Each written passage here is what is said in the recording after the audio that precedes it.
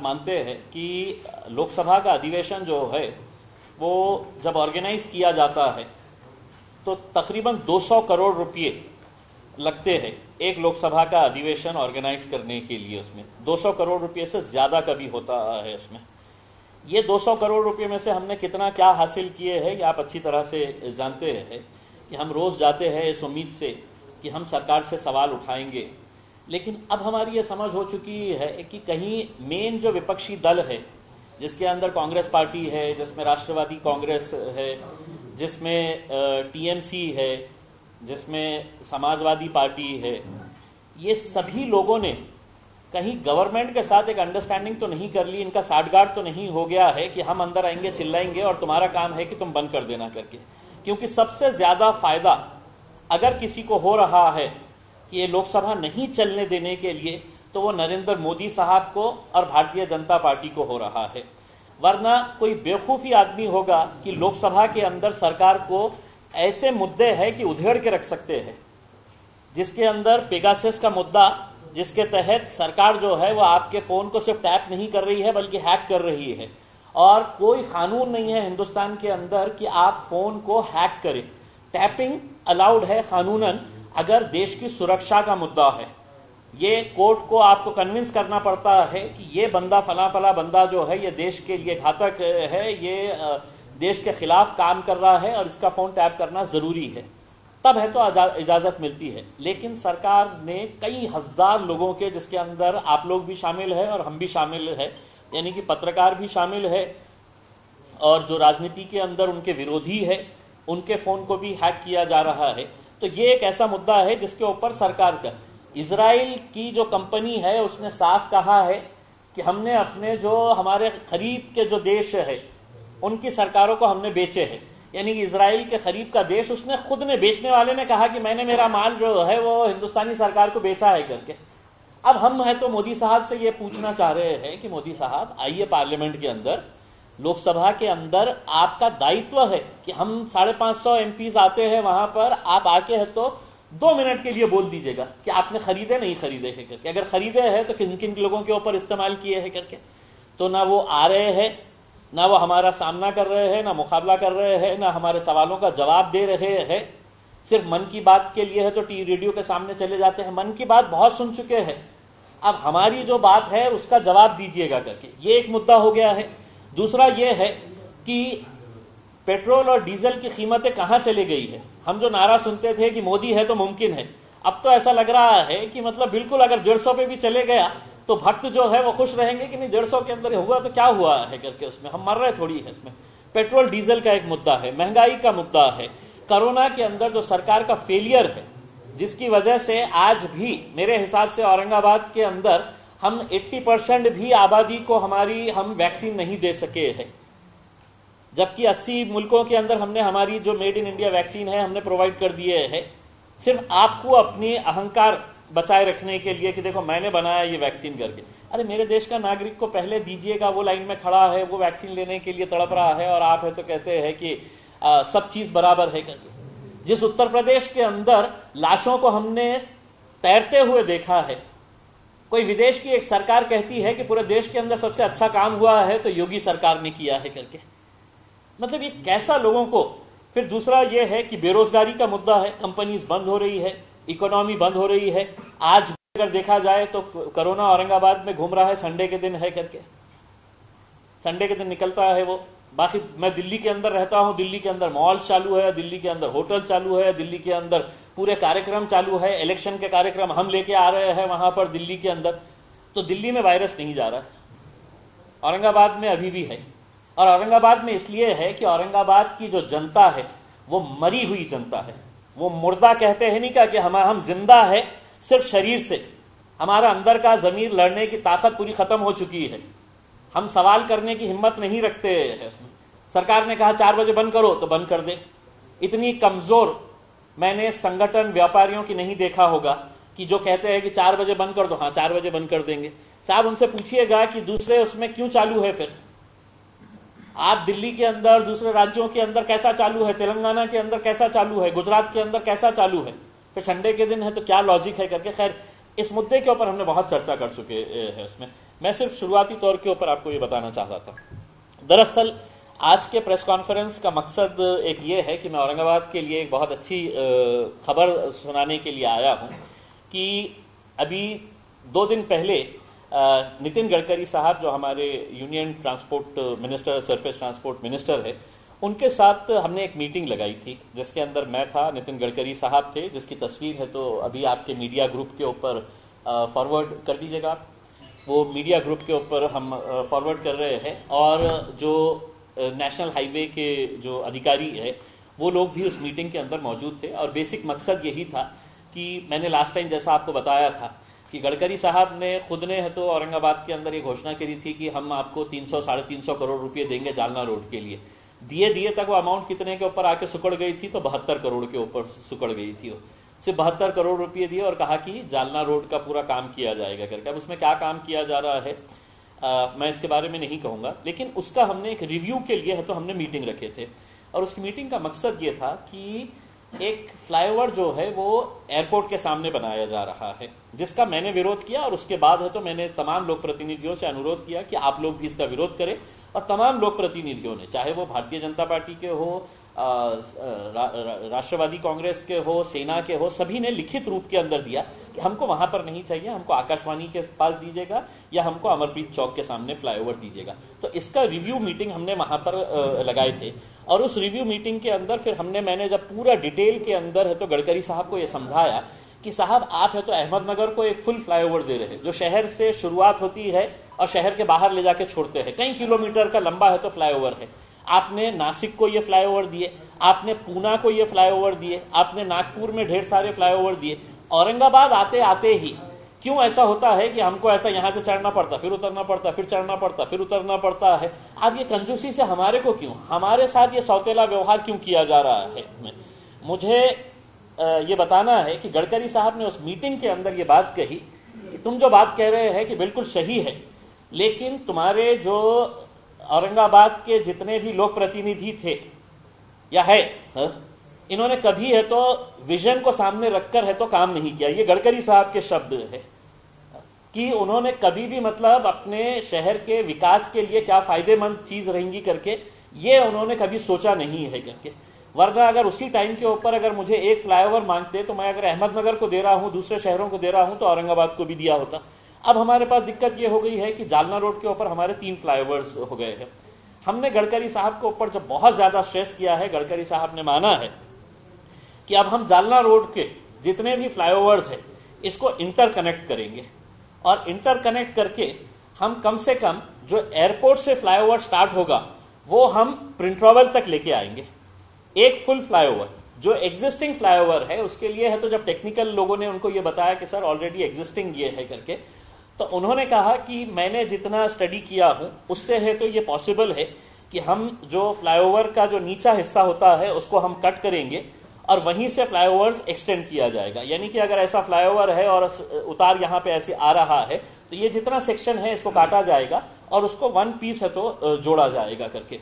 अब इसके लिए चूंकि है तो वहां के एक्सपर्ट्स का ये कहना था कि मतलब इसकी फिजिबिलिटी रिपोर्ट करवाना है करके, तो गडकरी साहब ने आदेश दिया है कि एक एक्सपर्ट एजेंसी जो है वो एक्सपर्ट एजेंसी औरंगाबाद में आके उसका इंस्पेक्शन करेगी और 1 महीने का उनको टाइम दिया गया है कि 1 महीने के अंदर वो अपना रिपोर्ट सबमिट करें कि एक फुल फ्लाईओवर जालना रोड के ऊपर हम कैसा कर सकते हैं। उसके अंदर उन्होंने एक कंडीशन ये रखी है कि कुछ मदद हमको राज्य सरकार से और विशेष तौर से औरंगाबाद महानगर पालिका से हमको लगेगी, क्योंकि जहां जहां पर भी हमको जो वाइडनिंग है वो वाइडनिंग के लिए अगर थोड़ा सा लैंड एक्विजिशन अगर करना पड़ता है तो वो लैंड एक्विजिशन के अंदर महानगर पालिका और राज्य सरकार अगर हमको मदद करती है तो हम ये काम करने के लिए तैयार है करके उन्होंने लिखित रूप से उसका ऑर्डर भी जारी कर दिया है। वहां पे बाला साहेब ठेंग जो उनके ओएसडी है वो ओएसडी को उन्होंने आदेशित किया है कि आप इसका सर्वे करवाने के लिए इमीडिएट है तो इंस्ट्रक्शंस पास करें। और एक फ्लाईओवर, दूसरा एक ऑप्शन ये था कि अगर समझ लीजिएगा ये प्रिंटरोवल तक अगर नहीं जाएगा फ्लाईओवर तो इसका क्रांति चौक तक जाएगा और क्रांति चौक के आगे फिर हम लोग एयरपोर्ट की जगह उसको हम कैम्ब्रिज स्कूल के बाहर है तो छोड़ेंगे, यानी कि चिकलठाना भी हो जाएगा, मुकुंदवाड़ी भी हो जाएगा, एयरपोर्ट का एरिया भी हो जाएगा। और गडकरी साहब ने खुद ये कहा है कि मतलब अगर ये जब पहला फ्लाईओवर बनाया जा रहा था तो मैं जैसा नागपुर के अंदर 3 लेयर का फ्लाईओवर हम बना रहे हैं, जो अब औरंगाबाद को पूना से कनेक्ट करने के लिए उन्होंने ये बताया है डिटेल पूरा कि औरंगाबाद पुणे का जो कनेक्शन रहेगा वो 3 लेयर का फ्लाईओवर रहेगा उसमें। यानी कि पूना से जब गाड़ी निकलेगी, जिसको है तो वाघोली तक जाना है, रांजनगांव तक जाने का है, वो सेकंड नंबर के ऊपर, शहर के अंदर जो रहने वाले हैं वो नीचे के ऊपर, और औरंगाबाद पूना जो डायरेक्ट कनेक्शन रहेगा उसको पहले इनिशियल फेज के अंदर पूना से लेके अहमदनगर तक करेंगे, और उनका कहना है कि अहमदनगर से हम इसको वालूज तक लेके आएंगे, जो 3 लेयर फ्लाईओवर्स रहेगा। तो अभी फिलहाल जो है वो पुणे से रांजनगांव तक लेके आएंगे, रांजनगांव से अहमदनगर लेके आएंगे, और आगे अहमदनगर से यहां पर, तो 3 लेयर फ्लाईओवर्स।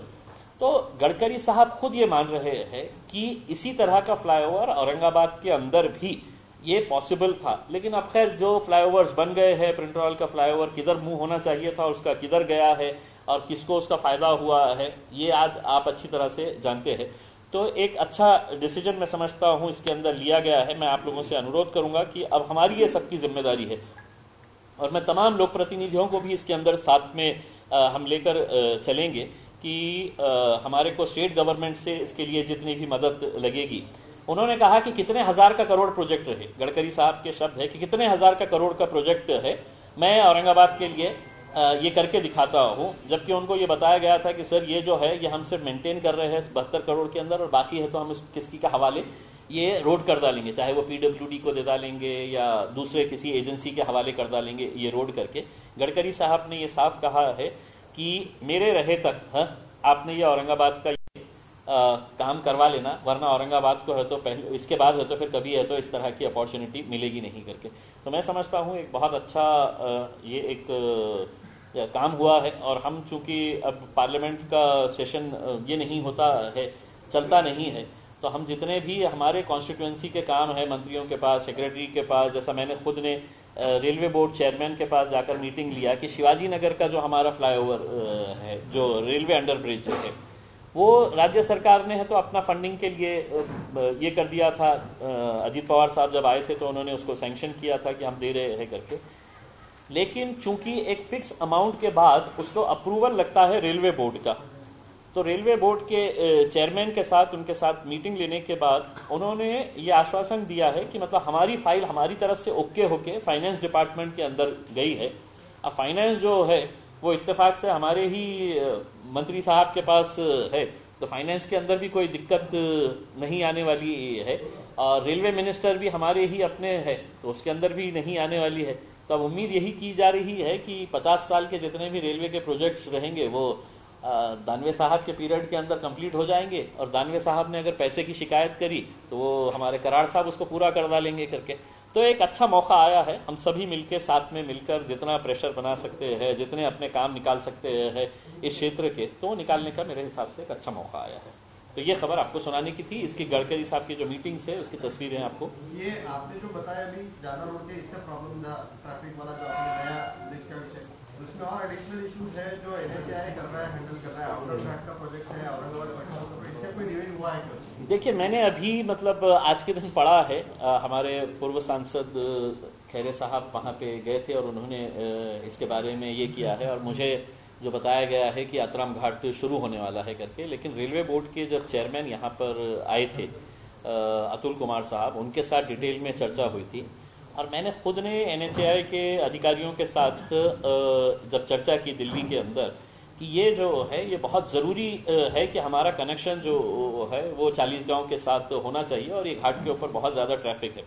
अब इनके पास दिक्कत ये है कि मराठवाड़ा का जब भी प्रश्न आता है तो पैसे की दिक्कत बताई जाती है, और दूसरे कहीं पर भी चले जाओ तो हज़ारों करोड़ रुपये के प्रोजेक्ट्स है तो उसको सैंक्शन कर दिए जाते हैं।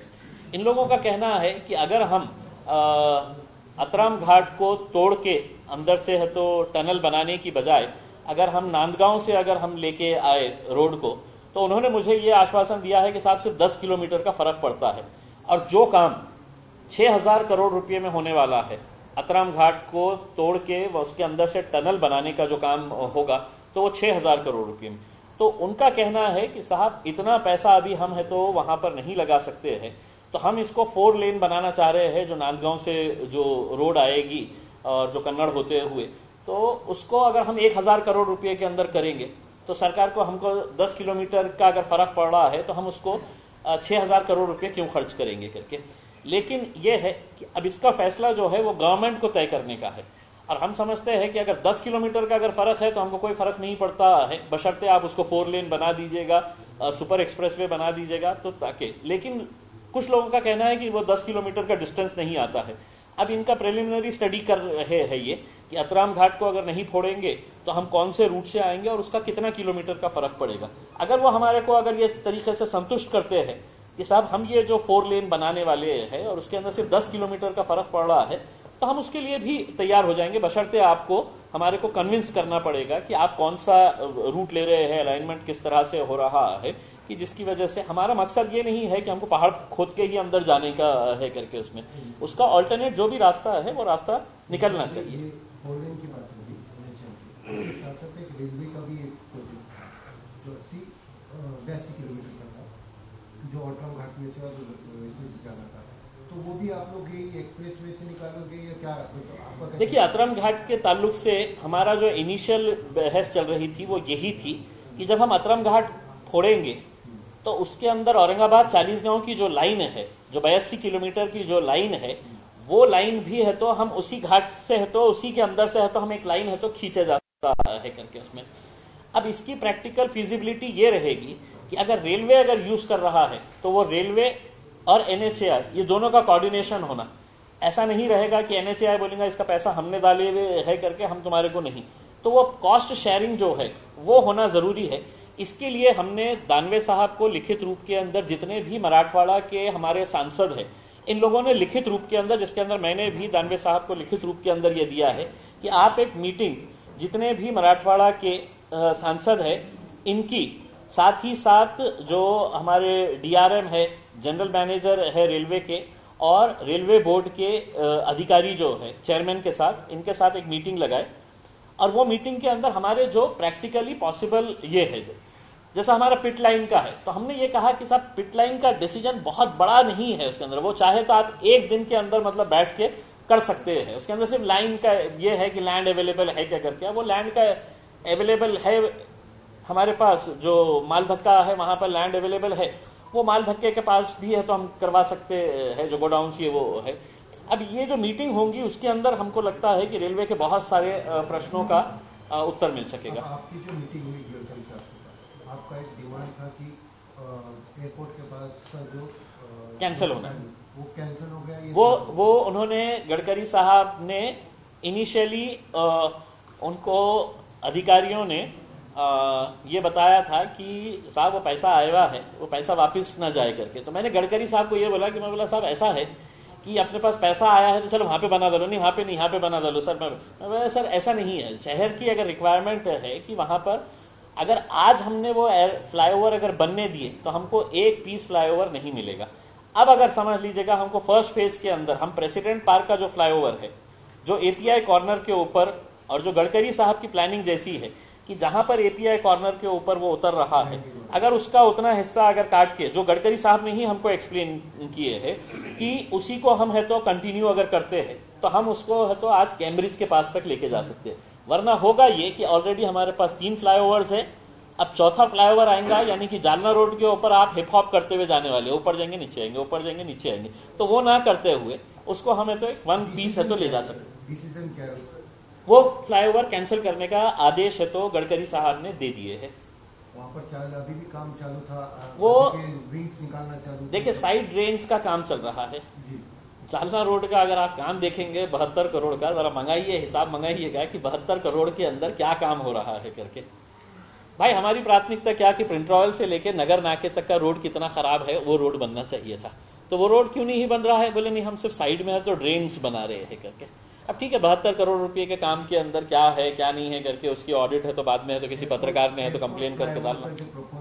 प्लान है वो कैंसिल हो चुका है, अभी स्टे किया उसको। किसको? नहीं, कैंसिल किया।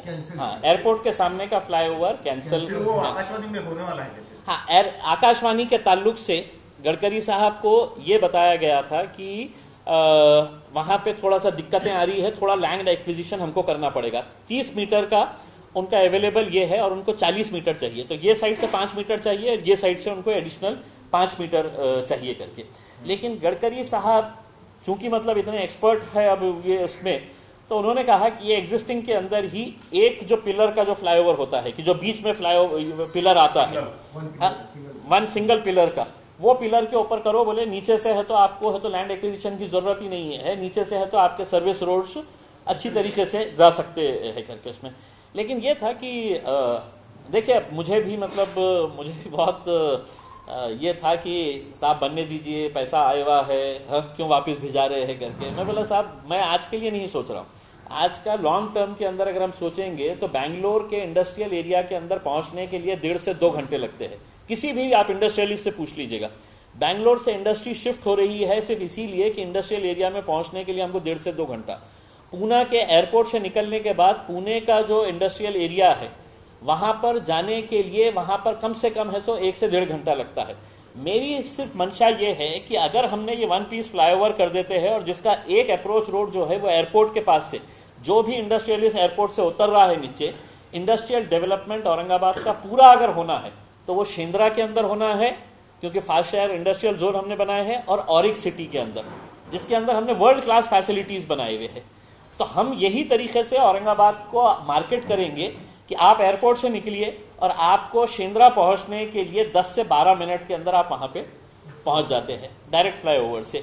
तो ये हम अपने औरंगाबाद के लिए मार्केट करते हुए, आपको ठेकेदार को मिल गया काम, नहीं साहब बना दो ना, पैसा कहीं को जाने वापिस दे रहे हैं, अपने को मिलेगा क्या? मिलेगा, 100% मिलेगा। हमने जब बैठे तो गडकरी साहब ने पूरा हमको सुन के लिए और उन्होंने इमीडिएट इंस्ट्रक्शंस किए कि फ्लाईओवर इसका कैंसिल करो। तब उनके जो ओएसडी थे उन्होंने कहा कि सर हम उतना फ्लाईओवर अभी कैंसिल करते हैं और बाकी का जितना भी काम है वो काम हमको करें। मैं बोला बिल्कुल आप कर लीजिएगा, आपका ड्रेनेज का जो भी है, आपका ड्रेनेज का जो है वो करवा दीजिएगा करके। ठीक है सर। काय का आशा नहीं, देखिए उन्होंने क्या है कि मेरे सामने है तो उन्होंने इंस्ट्रक्शंस दिए हैं कि उसकी टेक्निकल फिजिबिलिटी हमको समझना चाहिए। अब मैं तो ये बोलूंगा कि साहब ठीक है आप फ्लाईओवर को जोड़ने का काम कर रहे हैं करके। उनका ये कहना है, गडकरी साहब जो खुद बताए हैं, जिसके अंदर मतलब काफी लंबा चौड़ा उसके ऊपर चर्चा हुई, कि उनका खुद का ये कहना था कि हमारा इतना जो लेवल का फ्लाईओवर है वो हम उसको डिस्टर्ब नहीं कर रहे, जहां से हमारा स्लोप स्टार्ट होता है वहां से उसको ब्रेक करने का है करके। अब मेरे हिसाब से अगर महानगर पालिका थोड़ा सा हमको कॉपरेट करने के लिए अगर तैयार रही, महानगर पालिका का मतलब यह है कि स्टेट गवर्नमेंट, कि कहीं कहीं पे हमारे को फ्लाईओवर जब बनता है तो एक ही साइज का होता है। इसमें फ्लाईओवर के अंदर ऐसा नहीं होता है कि एक जगह के ऊपर कम हो जाता है दूसरी जगह। अगर 30 मीटर्स का अगर फ्लाईओवर अगर बन रहा है तो थ्रू आउट हमको 30 मीटर्स अवेलेबल करना है इसमें, और अगर 40 मीटर्स का है तो कहां कहां पे हमको लैंड एक्वायर करना पड़ेगा वो उसके बारे में हमको सोचना पड़ेगा। अब हमको ये सोचिएगा कि सिर्फ ये एक विजन का मामला है। अगर अहमदनगर जैसे शहर के अंदर एक फुल फ्लाईओवर बन रहा है, आप लोग पता नहीं है कितने जाए, शहर में एंटर होते ही फ्लाईओवर का काम शुरू है और पूरा शहर के बाहर ले जाके वो छोड़ने वाला है। नासिक के अंदर है, हैदराबाद के अंदर है, नागपुर के अंदर 3 टायर बना रहे हैं, पूना के अंदर उन्होंने इतने सारे ये कर रहे हैं। अब हमारे अगर सभी लोग प्रतिनिधि एक साथ मिलकर आए और ये जिद के ऊपर अड़े रहे कि साहब हमारे को ये करने का है, तो हम इसको बिल्कुल 100% कर सकते हैं। हम ये नहीं कहेंगे कि साहब उसको एक साथ है तो मिलके आप ये करें, आप उसको फेज वाइज भी अगर करते हैं जहां से कि ये साल में इतना काम कर दीजिएगा, दूसरे साल है तो थोड़ा सा इतना बढ़ा के ले लीजिएगा। लेकिन गडकरी साहब जितने पॉजिटिव नजर आए, और गडकरी साहब का एक स्टेटमेंट था, उनका एक भाषण का क्लिप भी मैंने निकाल के रखा हूं, जहां पर उन्होंने ये वादा किए थे कि 300 करोड़ रुपए देंगे करके। तब उसमें से 72 करोड़, नहीं तो हम तो क्लिप तो चलाएंगे ही लावारे।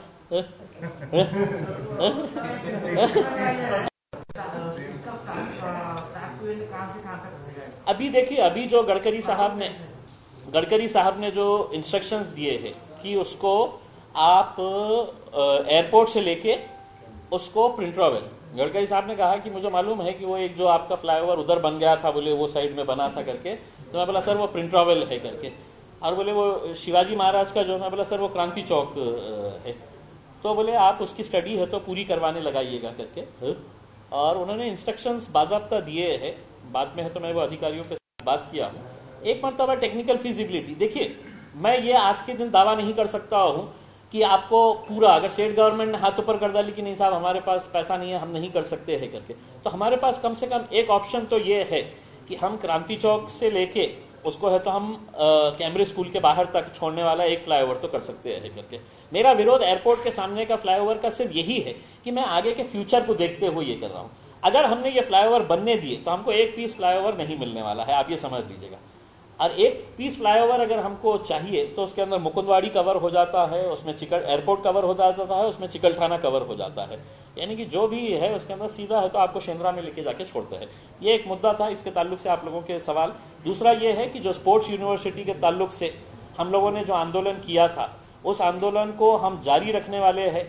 हमें बड़ा ही दुख है इस बात का कि मैं जैसा ये कहता हूं, मुझे खराब लगता है ये बोलने के लिए कि मेरे शहर की, मेरे जिले की जो जनता है वो कितनी ऐसे बेबस और मायूस नजर आती है कि हमको कोई लेना देना नहीं है कि स्पोर्ट्स यूनिवर्सिटी चली गई तो माझा काय फर्क पड़तो करके, ये इस तरह की भावना।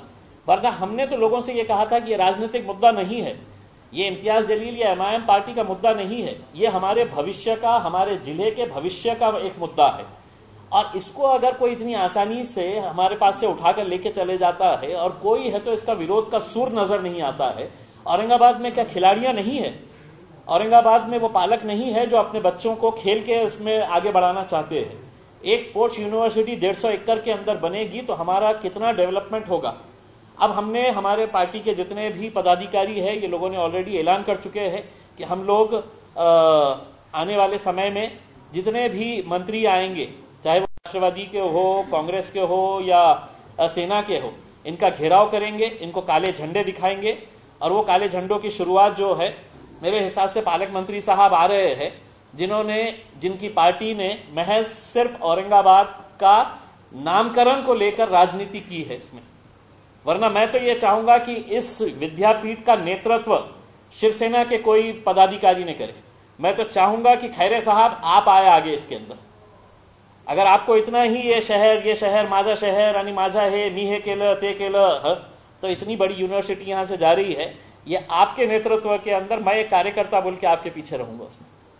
लेकिन इसके अंदर हम सबको एक साथ मिलकर आने की जरूरत है। और औरंगाबाद की जनता को भी मैं ये कहना चाहूंगा, ये विद्यापीठ हम हमारे लिए नहीं बना रहे हैं कि हमारा आंदोलन चलेगा तो सिर्फ उसके अंदर एमआईएम के कार्यकर्ता नजर आएंगे। नहीं, कहीं ना कहीं खेल संगठनों को भी आगे आना पड़ेगा, कहीं पालकों को भी आगे आना पड़ेगा। और इसके लिए हमारा नाराजगी बताना पड़ेगा हमारे को कि जो विद्यापीठ के लिए 135 एकड़ जगह हमने आइडेंटिफाई कर चुके थे, हमको ये आश्वासन दिया गया था। जिस मीटिंग के अंदर मैंने ये मुद्दा उठाया था कि सर ये यूनिवर्सिटी औरंगाबाद प्लॉट हुई है, उस वक्त थे तो कलेक्टर साहब थे, पालक मंत्री साहब थे, तो अब उन्होंने ये कहा था, उस वक्त के लोक प्रतिनिधियों ने ये कहा था की इम्तियाज जलील काय तुम्ही इतका राग कशाला, आपण पुन्हा अजून एक आणू ना औरंगाबादला। म्हणजे विद्यापीठ जो है वो पूरे राज्य को एक ही मिलती है, स्पोर्ट्स यूनिवर्सिटी जो है वो पूरे राज्य के लिए एक ही रहती है। ऐसा नहीं है कि तू भी खोल ले, मैं भी खोल लेता है, खोलना है कि तू भी खोल ले, तो ऐसा नहीं रहता है इसमें। अब इसमें यह है कि हम सब मिलकर अगर आके इसका विरोध करें और इस मुहिम को अगर आगे चलाएं, तो आप लोगों से भी अनुरोध है और खासतौर से मीडिया वालों से कि आप लोगों से जाके रिएक्शन लीजिए, उनकी नाराजगी समझ के लीजिएगा। राजनीति अपनी जगह के ऊपर, राजनीतिक पार्टियां अपनी जगह के ऊपर है इसमें, लेकिन हमारे भविष्य के बारे में भी किसी ना किसी को सोचना चाहिए। बस यही मुद्दों के लिए हम आपको अगर आपकी जद्दोजहद कामयाब हो जाती स्पोर्ट्स यूनिवर्सिटी को लेकर और उसका नाम संभाजी महाराज के नाम पे रखा जाता है, तो क्या आपको कबूल है?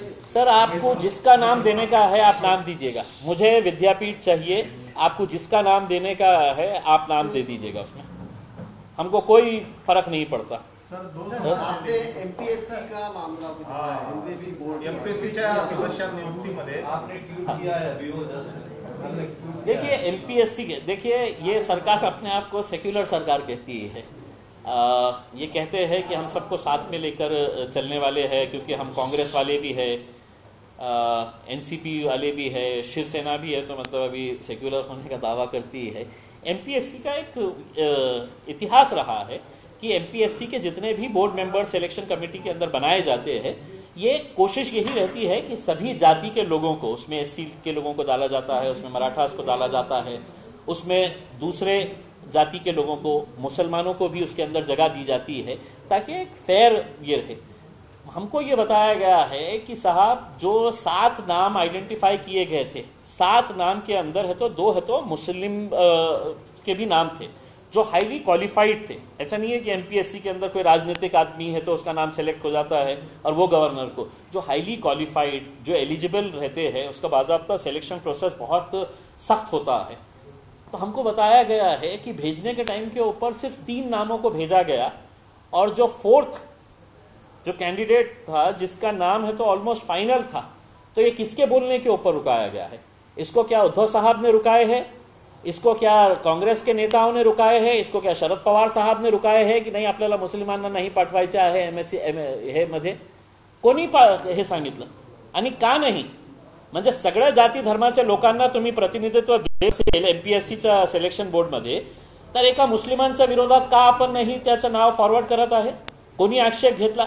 हे कोणीतरी सांगायला पाहिजे ना, किसी ने तो बताना चाहिए ना हमारे को कि किस बात के ऊपर कि आप एमपीएससी के सिलेक्शन बोर्ड के अंदर वो नाम किसने ये किया है। हमको ये समझ में आता कि 4 पहले हमको ये बताया गया कि 4 नाम भेजे गए थे, गवर्नर साहब ने 3 को फाइनल किए हैं और 1 जो नाम था उसको रोक दिए है करके। जब हम डिटेल के अंदर गए तो हमको पता चला कि नहीं, चौथा नाम फॉरवर्ड ही नहीं किया गया था जो एक हाईली क्वालिफाइड एक मुस्लिम ऑफिसर का नाम था। तो इसमें ये सवाल के जवाब इनको देना पड़ेगा उसमें कि आपका सिर्फ है तो मुसलमान मतलब इलेक्शन के टाइम के ऊपर आने का है, टोपियां पहनने का है यहाँ पे आके और टोपियां पहन के बस मुसलमानों को बेवकूफ बनाने का धंधा करने का है, ये बंद करिएगा उसमें। क्योंकि अब हम आपसे नहीं कहा, ऐसा सीना तान के है तो आपसे सवाल करने वाले हैं इसमें, आपको जवाब देना पड़ेगा उसमें, इसका जवाब आपको देना पड़ेगा। चाहे वो कांग्रेस का बड़े से बड़ा नेता हो, अनिल पोटे साहब हो, भाई अगर बहुत बिजी होंगे तो बाहर दीजिए, और या तो शरद पवार साहब को देना पड़ेगा या उद्धव ठाकरे साहब को देना पड़ेगा उसमें। कि मुसलमानों के सिर्फ वोट चाहिए आपको, उनको बढ़ता हुआ देखना नहीं चाहते हैं। सर एक विषय होता, लोकसभेमध्ये एक विधेयक मंजूर केलंय आरक्षणासंदर्भात एक विधेयक मंजूर झालेलं लोकसभेमध्ये, ते राज्याला सोपवले की आरक्षण तुम्ही राज्यात ओबीसी आरक्षण के लेकर राज्यों को अधिकार देंगे, आपने तय किया, उसके बारे में आपका क्या कहना है? देखिए क्या है, ये पूरा जो आरक्षण का मुद्दा है, ये बॉल जो है इसको फुटबॉल की तरह खेला जा रहा है और तमाम जितने भी समाज है, चाहे उसके अंदर मराठा समाज हो, चाहे उसमें ओबीसी हो, और मुसलमानों का तो अगर भूल ही जाओ, मुसलमान तो सिर्फ वोट देने के लिए है तो उनके रिजर्वेशन के बारे में कोई बात भी नहीं करेगा करके उसमें, लेकिन वोट मांगने पूरी तरह से आएंगे। तो ये एक फुटबॉल की तरह राज्य सरकार कहता है कि ये केंद्र सरकार के पास अटका हुआ है और केंद्र सरकार कहता है राज्य सरकार के पास अटका पड़ा है करके उसमें। तो ये सिर्फ है तो समाजों को बेवकूफ बनाने का धंधा कर रहे हैं और जैसे जैसे इलेक्शन करीब आएगा एक दूसरे के ऊपर कीचड़ फेंकने का काम ये करेंगे। मेरा ये कहना है कि मैंने खुद ने जब 2014 से 2019 तक मैं आमदार था तो कितने ऐसे आमदार थे जो कांग्रेस के, राष्ट्रवादी कांग्रेस के, समाजवादी पार्टी के और इवन शिवसेना के भी मेरे आमदारों के पास के वो रिकॉर्डिंग्स है जो भारतीय जनता पार्टी से ये कहते थे की तुम्ही मुसलमानांना आरक्षण द्यायला पाहिजे, कोर्टाने त्यांना दिलेली आहे, कोर्टाने तुम हो म्हटलेलं आहे पण तुमची मानसिकता नहीं आहे देण्याची, ये भाषण है। आप क्यों मुंह में लड्डू लेके बैठ गए हैं? अब तो सत्ता है ना आपके पास, अब आप क्यों नहीं दे रहे हैं? उसका जिक्र भी नहीं कर रहे हैं। बोलिए साहब, मैं आपके आंखों में आंखें डालकर कह रहा हूं पवार साहब, हाँ मैं पवार साहब की आंखों में आंखें डालकर आपसे ये सवाल कर रहा हूं साहब, क्या सिर्फ मुसलमान आपको इलेक्शन के टाइम पे चाहिए? कांग्रेस को सिर्फ मुसलमान इलेक्शन के टाइम के ऊपर चाहिए? जब कोर्ट ने कहा था कि 5% दे देना है और आपके कितने नेता हैं जिन्होंने है तो ये पार्लियामेंट असेंबली के अंदर on the floor of the house ये डिमांड किए थे, तो अब क्यों खामोश? अब तो आपके लिए है तो 1 मिनट का ये फैसला है, आपने फैसला ले लीजिएगा कि भाई कोर्ट ने कहा था, हमें तो इसका ऑर्डिनेंस लेके आ गया तो इमीडिएट है तो हम इसको बिल में कन्वर्ट करके है तो मुसलमानों को 5% रिजर्वेशन दे रहे हैं। लेकिन चर्चा हो रही है मराठा रिजर्वेशन की, मराठाओं को रिजर्वेशन मिलना चाहिए, हम इसका कहीं पर भी विरोध नहीं कर रहे हैं। इसमें उनके जितने भी सोशियो इकोनॉमिकली जो वीकर सेक्शन है उनको मिलना चाहिए, ओबीसी के अंदर जितने भी है उनको मिलना चाहिए। मुसलमानों के अंदर इम्तियाज को रिजर्वेशन देंगे तो मैं खुद कहूंगा कि रिजर्वेशन नहीं चाहिए करके, लेकिन मेरे समाज के अंदर जो गरीब तबका है, जो जरूरतमंद है, जिसको थोड़े सहारे की जरूरत है, उसको मिलना चाहिए तो मिलना चाहिए करके। सर बीजेपी की जानिब से वक्त भ्रष्टाचार बहुत शिद्दत से उठाया गया, तो उसके ऊपर आप क्या कहना चाहेंगे? वक्त का विषय, जब आप दिल्ली में थे, जब दिल्ली में हंगामा चल रहा था, तो औरंगाबाद में कुछ अलग ही हंगामा चल रहा था वक्त बोर्ड को लेकर, उसके वक्त के भ्रष्टाचार को लेकर। सब ये देखिए, ये आए तो सुना मैंने वक्त काउंसिल के लोग, मुझे पता नहीं है ये कौन लोग रहते हैं, इनको क्या पावर्स रहते हैं, ये कैसे आते हैं करके। मुझे केंद्रीय वक्त काउंसिल का मुझे खुद नहीं पता था कि मतलब ये लोग किस इससे आए हुए है करके। उसमें आपको नहीं क्या बहुत ज्यादा है तो घूम के फिर के आपको है तो रिव्यू करने की जरूरत नहीं। आप केंद्र के अंदर, सरकार के अंदर बैठे हुए आप कानून लेकर आइए, आप कानून वहां पे पास कराइए, आपकी हुकूमत है। यहां पे आके है तो आप नाटक और नौटंकी मत करिएगा कि हम रिव्यू कर रहे हैं, हम देख रहे हैं कहां पे क्या हुआ है। और आप आरोप नहीं है, सेंट्रल वक्फ काउंसिल जो एक्ट है, सेंट्रल वक्फ एक्ट के अंदर आप अमेंडमेंट कर दीजिएगा उसमें कि जितनी भी वक्फ की जमीनें जो है तो हथियाई गई है वो वापस है तो लेने के लिए कोई नया कानून बनाइए। ना उसको कोई कलेक्टर मान रहा है, ना तहसीलदार मान रहा है, ना वक्फ ट्रिब्यूनल के ऑर्डर्स को फेंक दिया जा रहा है। तो ये जो है ये सब है तो आपको बेवकूफ बनाने के धंधे किए जा रहे हैं। लेकिन महाराष्ट्र के अंदर जितने भी वक्त के है मैटर, मैं जो औरंगाबाद का एक मुद्दा उठाया था, भ्रष्टाचार के बारे में बोले हैं, तो वो मुद्दे के ताल्लुक से हमने लास्ट मीटिंग के अंदर ये ठराव पास किए थे कि जो जालना रोड की जमीन है, वो जालना रोड की जमीन के अंदर हम एफआईआर रजिस्टर करेंगे। वो एफआईआर तैयार करने का, चूंकि कई सालों का ये मैटर है, सुप्रीम कोर्ट के, हाई कोर्ट के जजमेंट्स है, ट्रिब्यूनल के जजमेंट्स है, उसको स्टडी करने का काम। और एक मरतबा जब ठराव पास हो जाता है तो उसको ओके करने के लिए नेक्स्ट मीटिंग का इंतजार करना पड़ता है कि हमने जो लास्ट मीटिंग के अंदर ये ठराव पास किए थे, अब हम इसको अप्रूवल दे रहे हैं करके। तो 24 तारीख के दिन जो मीटिंग होने वाली है वो 24 तारीख के मीटिंग के अंदर, लेकिन चूंकि 19 तारीख से लेके 26 तारीख तक मैं अर्बन डेवलपमेंट सेंट्रल गवर्नमेंट की कमेटी की तरफ से हमारा टूर जा रहा है जम्मू कश्मीर और लेह लद्दाख को, तो मैं इस पीरियड के अंदर मौजूद नहीं रहूंगा। तो मैंने वक्फ बोर्ड को रिक्वेस्ट किया हूं कि अगर वो डेट अगर आप थोड़ा सा आगे बढ़ा देते हैं तो उस मीटिंग के अंदर हम भी शामिल हो सकते हैं। सर, संजय केनेगर साहब ने स्पष्ट कहा है कि मैंने ठोस पुरावे जो तो सेंट्रल कमेटी को दिया। सवाल नहीं, संजय केनेगर साहब को बोलिए मेरे पास दीजिए साहब, बाकी किसी के पास मत दीजिएगा, मेरे पास दीजिएगा, मैं काफी हूँ। सेंट्रल वक्फ कमेटी क्या क्या करना है, सब के इलेक्शन को लेकर तैयारी कहाँ तक आई है, किसी से बात चल रही है, अलायंस का क्या क्या है, आप बता सकते हैं? देखिए, हमारी जो अलायंस थी वो राजभर साहब के साथ थी मतलब ये है कि उन्होंने ख्वाहिश जाहिर किए थे कि वो MIM के साथ जाएंगे करके, लेकिन हमको शुरुआत से ही उनके ऊपर भरोसा नहीं था, क्योंकि उनकी हालत भी वैसी ही है कि वो सिर्फ अपना रेट बढ़ाकर ले लेते हैं। उन्होंने असद अवैसी साहब जब यूपी में गए तो उनको असद साहब को जिस तरह का रिस्पांस मिला, जो रैलीज निकली है, जो एयरपोर्ट से लेके वहां तक उनको जो गाड़ियों के अंदर जो वेलकम किया गया, तो वो भी गाड़ी के अंदर बैठे, उन्होंने अपना रेट बढ़ाकर ले लिए और अब फिर अब भारतीय जनता पार्टी के साथ वो जाने वाले हैं। तो हमारा देखिए, हम किसी के पास जाकर ये नहीं कहने वाले हैं कि आप हमारे साथ आइए करके। हम अकेले थे, जो हमारे साथ आएगा बहुत अच्छी बात है, जो नहीं आएगा उसके अंदर तो हमारी अकेले लड़ने की पूरी तैयारी है। सर, एक बीजेपी की महिला ने आपको यूनिवर्सिटी के मुद्दे के ऊपर बधाई दी है, इसके ऊपर आप क्या कहेंगे?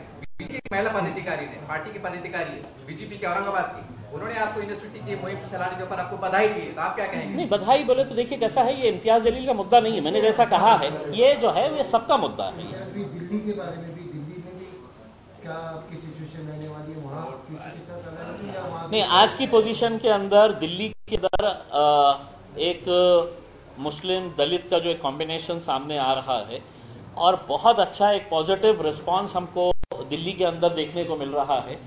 लोग जो है वो आम आदमी पार्टी का जो रोल था, मुसलमानों ने दिल खोलकर आम आदमी पार्टी को वोट दिया था। उस वक्त MIM ने इलेक्शन लड़ना चाहते हुए भी हमने इलेक्शन नहीं लड़ा था, क्योंकि हमको मालूम था कि हमको बीजेपी का, लेकिन जब आम आदमी पार्टी सत्ता के अंदर आई तो हमको ये महसूस होने लगा कि भारतीय जनता पार्टी के छोटे भाई बनकर ये आए हुए है।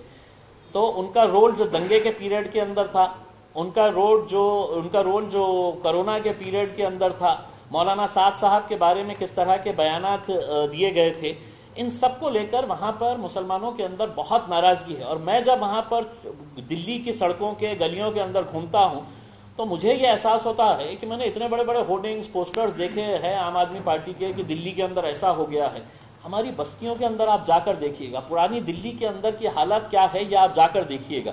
तो हमको एक चीज समझ में आई, और अब हम दिल्ली में जो जा रहे हैं तो हमारी मर्जी से नहीं जा रहे हैं। दिल्ली की आवाम जो है ऐसी दीवानी है कि मतलब अब मजलिस ने वहां पर आना चाहिए, सबको आजमाया है, हम आपके साथ अब रहना चाहेंगे। तो दिल्ली के अंदर हमारा पूरा ये है। कल हमने दिल्ली के जो मुस्लिम इंटेलेक्चुअल फोरम है दिल्ली का, जिसके अंदर बहुत बड़े बड़े हाई प्रोफेशनल्स उसके अंदर है, डॉक्टर्स है, इंजीनियर्स है, लॉयर्स है, ऐसे जो हाईली क्वालिफाइड है, उनके साथ असद साहब का एक इंटरैक्शन कल शाम में हमने दिल्ली के अंदर रखा है।